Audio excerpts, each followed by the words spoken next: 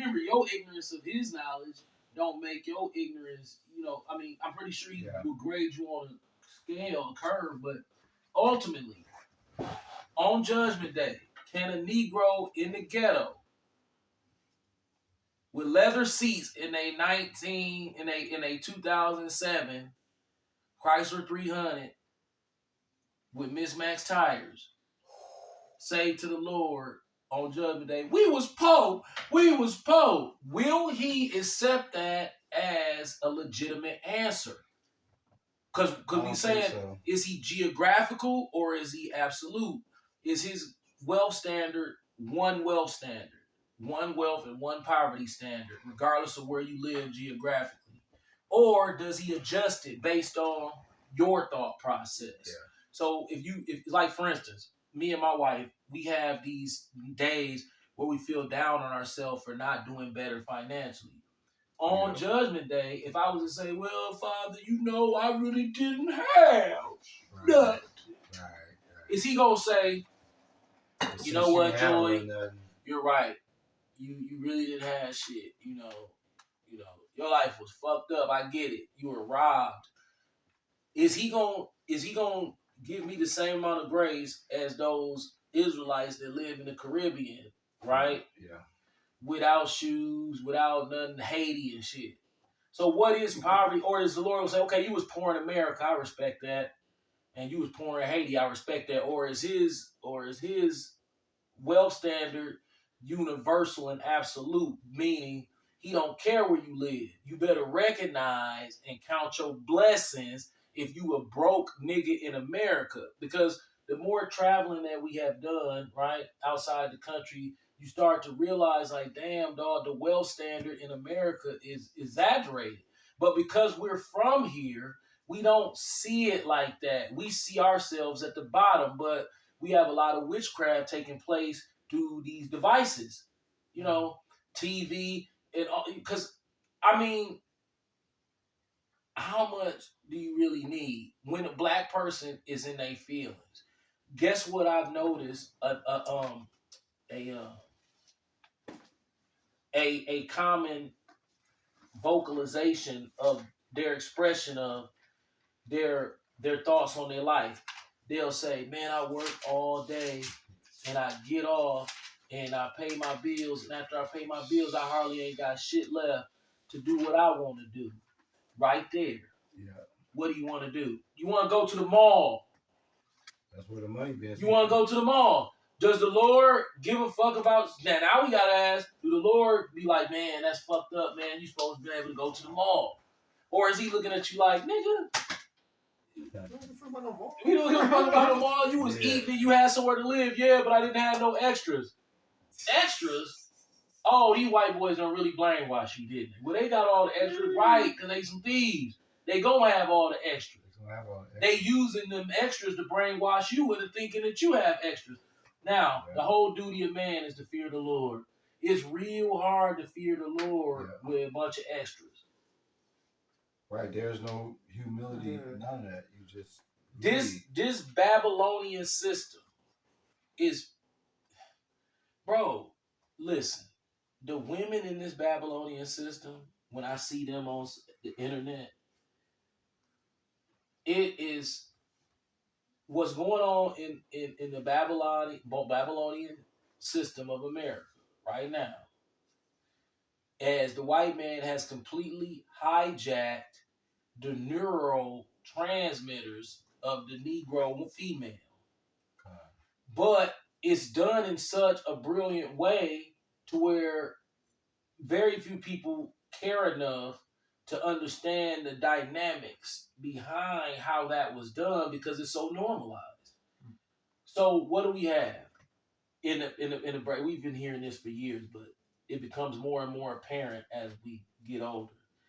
The women are prostitutes. Okay, the way this is how they live in their lives, and and then it's a totally different. It's layers to it. So this is what American women have turned into, regardless of race.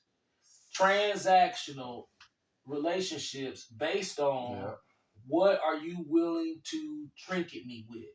If you gonna buy me this bag, take me to this restaurant, consistent. and give me some money for this, I will trade that for sex with you.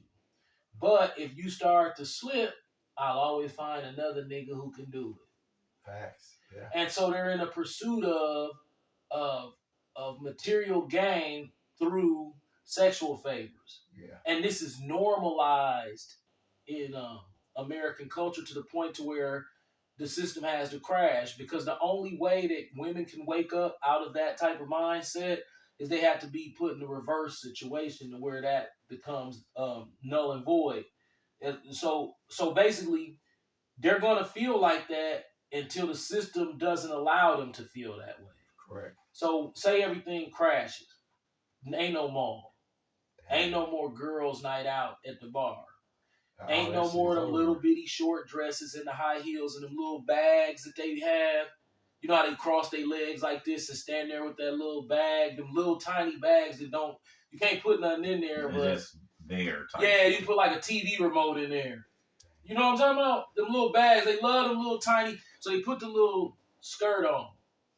You know, form-fitted, and the high heels, and then they had that little bitty bag. They all love taking pictures like that on Instagram, because that's a common picture. That little bag, that tiny ass purse, they legs crossed with them high heels on, and that jacked up short ass skirt with everything showing. And that's their look. They love that look. And if you notice anything about the women on social media, Instagram, they love to show you this torso section of their body, from the torso through the hip. You ever notice that? They want you to see the hips flare. Damn. The diamond gap between the legs underneath the vagina, the curves on the side, and then the back cup of the ass. That's their focus. And you say to yourself, and then when you look in the comments, their bio, it'll say like Philippians 7 and 9. What the fuck? Yeah. This is how delusional these women have become. Yeah. I'm ass naked, and I'm bumping what's them sex songs? Meg Thee Stallion. They bumping Meg Thee Stallion, whole dress on, standing, showing, twerking their ass in the camera, and to them, that's cool. They down with Jesus. Yeah. And you got niggas like Steve the Stoner, right? This nigga, God this, God that, and then turn around and doing lap dances for hoes on Instagram. It's like, damn, dog, you talk all that, God got me, I love God, this and that, and then you turn around and you twerking on a female. Damn. And you say, damn, okay, am I tripping? Is God saying to us, you can live like that, just remember who got you? Because I'm trying to relate how. I don't think I'm going to take that chance, bro.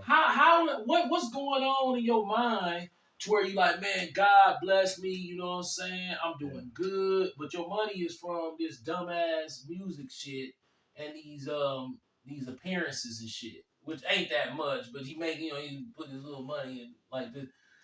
And so you say God blessed you with the money, and then you twerking on, not twerking, what's the giving women lap dances. Freak weird ass nigga. Yeah, it's like, damn, dog, like, and then you go at Walmart like, God got me. Today's all about God, y'all. It's all about God, y'all. Talking about the stoner. Yeah, I'm like, it's all about God. I'm like, okay. Yeah, I'm like, okay, this right here. He was in Sweet Diner a couple months ago. Yeah, this guy right here, I don't think he understands that me and him, we have a totally different understanding of the behavior that's acceptable by God.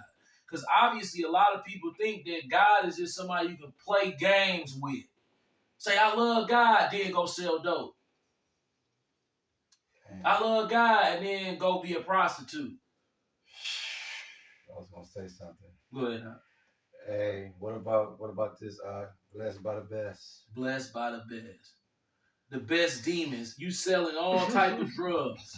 And then you had a nerve to say you blessed by the best. That best demons crazy as fuck. That's the true thing, though. Demonoid. It's a demonoid. This is what we got. This is how everything's going. So they just promoting. This all day long. And you know, I ain't even on there, so. Instagram got your bitch. Yeah. Kanye West told you, Instagram say got your Instagram got bitch. your bitch. Damn, Look, it doesn't stop. It doesn't stop. It's all day long. You holding anything, Ish? What you got over there? Oh man. This is what I'm talking about right here. You don't have to go far. You don't have to go far. This look, they all chasing that look. That little tiny purse and these poses in them heels. They all want to do that. They all want to do that. Wow. Every nigga on there with that fake jewelry on. This what they do. Shit, keep your ass out.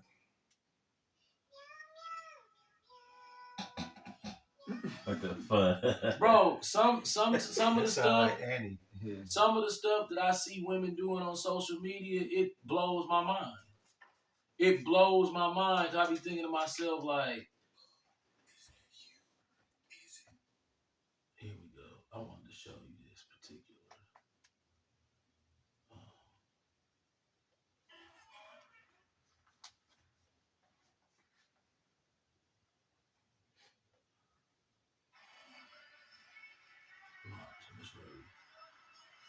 Chris Brown, you need your ass whooped too. The Lord gonna fuck you over, fam. Really bad. Now, didn't he lose a lawsuit to dog? Look at this motherfucker. What? That's Chris Brown. Hold on, go back to that. Oh, he was trying humping the fuck out of it. Yeah, dry humping the girl. The Lord gonna fuck that nigga off. This is the shit that our people into. What about the kid? What about the wife he kissed? Shit, he do that all the time. Oh, no, dog. We're going to get his motherfucking nuts shoved in his throat. Look. Hold on, I want look.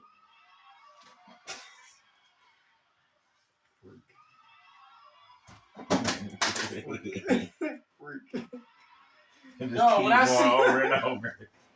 When I see dude, I be like, dog, this nigga got some. Oh, here it go. You know he got shit stain in his drawers. What the fuck? You know he got shit stain in his drawers. All he do is talk about God. God this, God that, God this, God that. But look at this though. In his mind, God ain't tripping because he got to pay his bills.